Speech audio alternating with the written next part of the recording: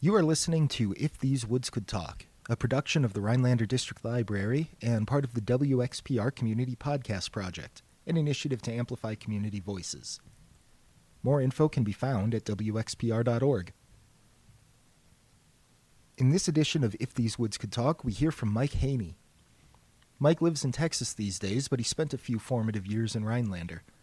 I reached out to Mike after I saw a contribution of his to a Rhinelander-centric Facebook page. I hope you enjoy his recollections. If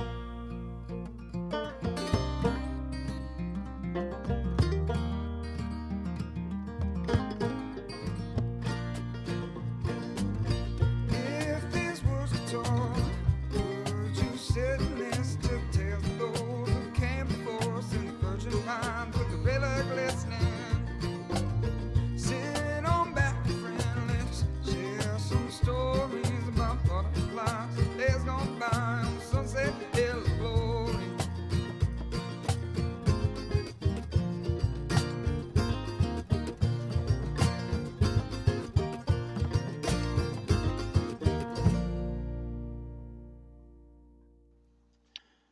My name is Mike Haney. We lived in Rhinelander from the summer of 1959 through the summer of 1964.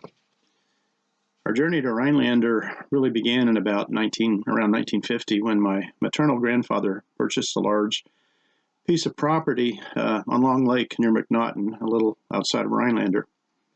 This property consisted of 80 acres with a quarter mile of lakefront. There were 3 cabins and a garage or storage building. There was electricity, but there was no running water. The water was pumped from a well and it had to be carried to the cabins in a bucket. And of course, each cabin had its own outhouse. What seems almost unbelievable today is that for all of this property, for this purchase, my grandfather paid $3,000.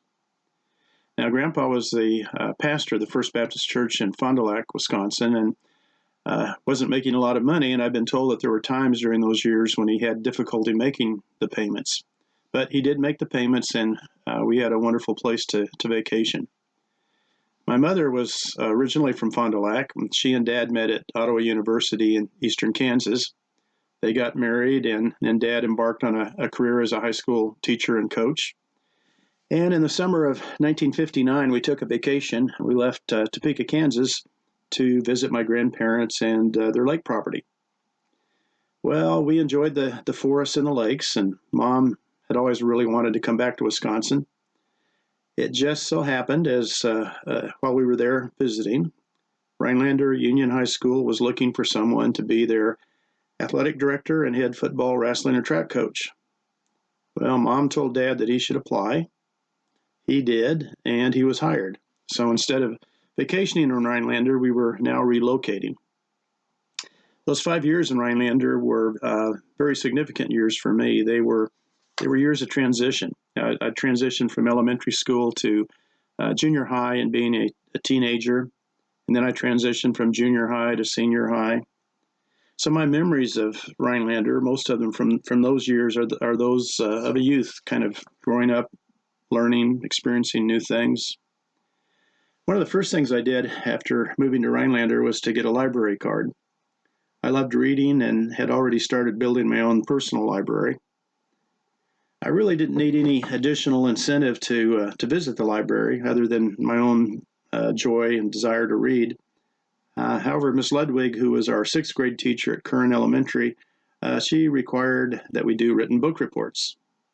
I don't remember if there was a minimum number required, but it wasn't long until one of the girls in class named Erica and I were way ahead of the other students in the number of book reports we'd turned in.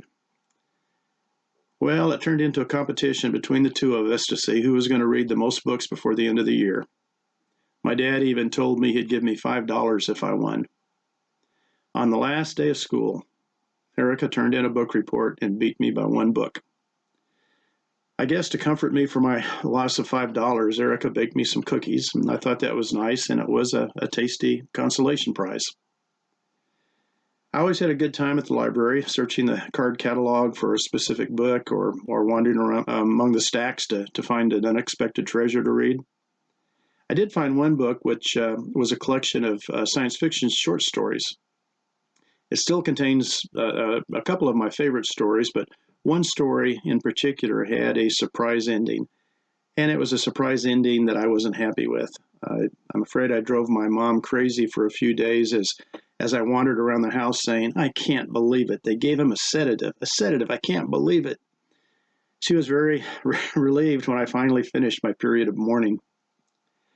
Well, there's many stories I could tell from those days, but one memory that's always had a special place in my heart kind of captures the emotions I had as a youth in Rhinelander. My paternal grandparents came up for a visit on our second summer there, and Granddad, he had grown up in the Ozarks. He hadn't finished grade school. He always said that instead of graduating, he quitiated. And though he didn't have much formal education, there really wasn't much he didn't know about the outdoors, about plants and animals, about building things and fixing things. Well, that summer, Granddad built me a stockade. There were 4 big pine trees that made up the corners, and the stockade walls were built between the trees. And there was a nice pine needle carpet on the ground. It was about 60 feet or so from the edge of the lake, and some days after lunch I would come down to my stockade and lie down on that soft, aromatic pine needle carpet. I'd hear the wind gently rustling through the treetops. I'd hear the waves softly lapping up against the shore, and my dog would lie down next to me and rest his head on my arm, and he wouldn't budge until I was ready to get up.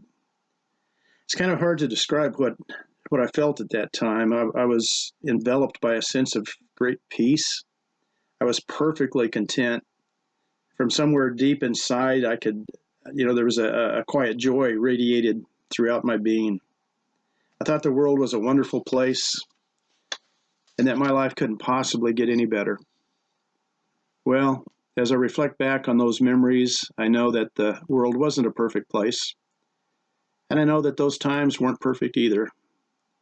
But those times were certainly magical times. And even today, after all of these years, the magic remains strong.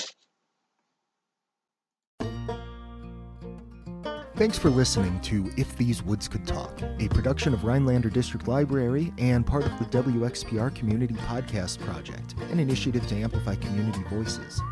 For more community podcasts or for podcasts produced by WXPR, go to WXPR.org and look for a Podcasts tab. Or just search for WXPR Public Radio anywhere you get podcasts. Also a special thanks to the Old Pine Road Band for the musical theme. To learn how you can record your own story of the Northwoods, or to suggest a topic or storyteller, contact the library or check out the website at rhinelanderlibrary.org.